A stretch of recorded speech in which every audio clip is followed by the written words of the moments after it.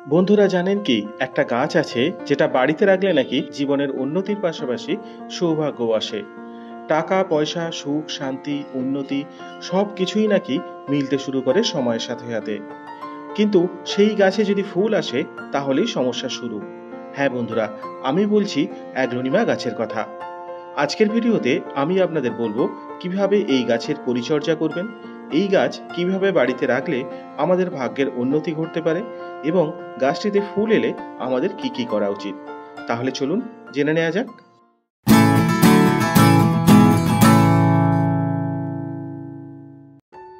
Aglaonema গাছের অনেকগুলো variety আছে, তার মধ্যে আমার কাছে এই দুটি ভ্যারাইটি আছে।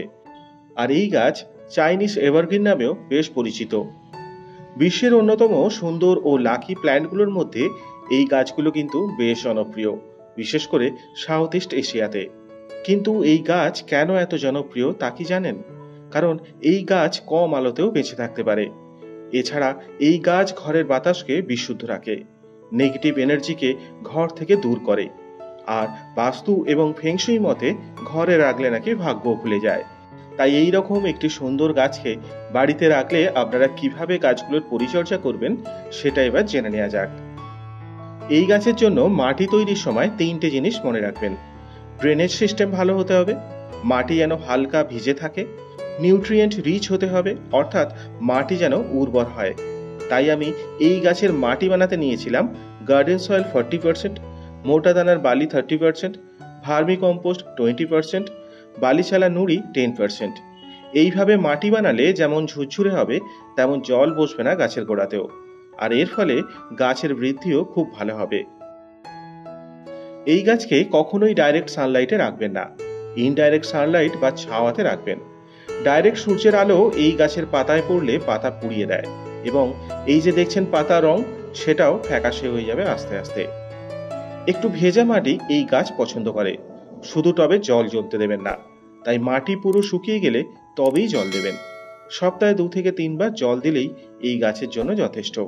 আর বর্ষাকালে মাটি ভিজে থাকলে জল দেবেন না কখনোই, তাহলে ফাঙ্গাস লেগে গাছের গোড়া পচে যেতে পারে। মাসে 2 থেকে 3 বার একবার করে ভার্মি কম্পোস্ট, গোবর সার অথবা NPK 10-10-10 এই গাছে দেবেন। এতে গাছের বৃদ্ধি যেমন ভালো হয় তেমন গাছের পাতাগুলো আরো বড় আকার নেয়। যেমন আমি এখানে শুকনো গোবরের সাথে NPK 10-10-10 মিশিয়ে এই গাছের গোড়াতে দিয়ে থাকি এইভাবে।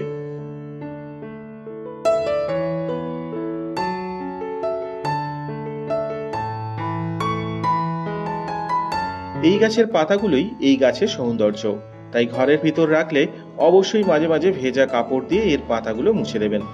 আর মাঝে মাঝে জলে স্প্রে করে এইভাবে পাতাগুলো ধুয়ে দেবেন। এতে দেখতেও ভালো লাগবে যেমন, তেমন গাছের বৃদ্ধিও বেশ ভালো হয়। এবার বলি এই গাছটি বাস্তু ও ফেংশুই মতে বাড়ির কোথায় এবং কিভাবে রাখলে ভাগ্যের উন্নতি হতে পারে। বাড়ির মেন দরজার কাছে রাখলে বাড়ির সবারই সার্বিক উন্নতি লক্ষ্য করা যায় এবং ভাগ্যের পরিবর্তন হতেও শুরু করে। আবার যদি অফিসে ডেস্ক বা ক্যাশ বাক্সের পাশে রাখা যায় তাহলে আর্থিক উন্নতি লক্ষ্য করা যায়। ড্রয়িং রুম বা বসার ঘরে রাখলে বাড়িতে কোনো গেস্ট এলে তাদের আন্তরিকতা ও ইতিবাচক শক্তি আসে বাড়ির সবার মধ্যে। আর একটা স্পেশাল দিক হলো দক্ষিণ পূর্ব কোণ। এই দিকে রাখলে আপনার অর্থভাগ্য বৃদ্ধি হবার সবচেয়ে বেশি সম্ভাবনা। তাই আমি বলবো আর্থিক উন্নতি ঘটাতে এই দিকে রাখা সবচেয়ে ভালো। অ্যাগ্লোনিমা গাছকে কখনোই শুকিয়ে যেতে দেবেন না, কারণ এই গাছ শুকিয়ে গেলে বাড়িতে নেগেটিভ এনার্জি বাড়তে পারে। প্রতি বৃহস্পতিবার ও শুক্রবার এই গাছে জল দেওয়া খুব শুভ বলে মনে করা হয় বাস্তু ও ফেংশুই মতে। এবার বলি এই গাছে ফুল এলে কি কি করবেন। এই গাছে মাঝে মাঝে ফুল ফুটতে দেখা যায়, অনেকেই তা দেখে বেশ খুশি হন। অবশ্যই এটা একটা ভালো লক্ষণ, কারণ এ থেকে বোঝা যায় যে গাছটি হেলদি আছে। কিন্তু বাস্তবে ইনডোর প্ল্যান্ট হিসাবে অ্যাগ্লোনিমার ফুল কিন্তু মোটেও ভালো না, কারণ এর ফলে গাছ যেমন দুর্বল হয়ে যায় তেমন নতুন পাতা আসা কমে যায়। গাছের এনার্জি ফুলেই খরচ হয়ে যায় বেশিরভাগটাই। তাই অনেক ক্ষেত্রেই দেখা যায় গাছটিতে ফুল ফোটার পর গাছটি আস্তে আস্তে শুকিয়ে গিয়ে মরে যাচ্ছে। আবার অনেক মানুষের বিশ্বাস অ্যাগ্লোনিমার ফুল নাকি অশুভ ইঙ্গিত দেয়। তবে যেটাই হোক না কেন, ফুল দেখলেই সেটা কেটে ফেলুন এইভাবে। ফুল আসার আগেই কুড়িগুলো এইভাবে কেটে দিলে সবচেয়ে ভালো। আর সাথে গাছটিতে হালকা কিছু খাবার দিন, যেমন vermi compost, humic acid, seaweed fertiliser অথবা খোল গুঁড়ো। যেমন দেখুন, আমি এই গাছটির কিছুদিন আগেই একটা কুঁড়ি কেটে দিয়েছিলাম, আর কেটে দেওয়ার পর নতুন পাতা বেরোতে শুরু করেছে। ঠিক একইভাবে এই গাছটারও কুঁড়ি কাটার পর নতুন করে কুঁড়ি আসছে, আর এটাও কেটে দেবো আমি কিছুদিন পর। আর দেখুন, নতুন পাতা বেরোচ্ছে এই গাছটি থেকেও। তাই এই গাছে কুঁড়ি এলে সেটা অবশ্যই কেটে দেবেন, এতে গাছের বৃদ্ধি যেমন ভালো হবে তেমন গাছটিতে নতুন পাতাও আসবে আরো। বন্ধুরা, অ্যাগ্লোনিমা শুধু একটা গাছ না, এটা হলো সৌন্দর্য, শান্তি ও সৌভাগ্যের এক অসাধারণ প্রতীক। আপনার বাড়িতে যদি এখনো এই গাছ না থাকে, তাহলে আজই একটা নিয়ে আসুন। হয়তো আপনার জীবনের ভাগ্য বদলে যেতে পারে এই গাছের স্পর্শে। আর এই রকমই আরেকটি সুন্দর লাকি প্ল্যান্ট হলো এই স্পাইডার প্ল্যান্ট।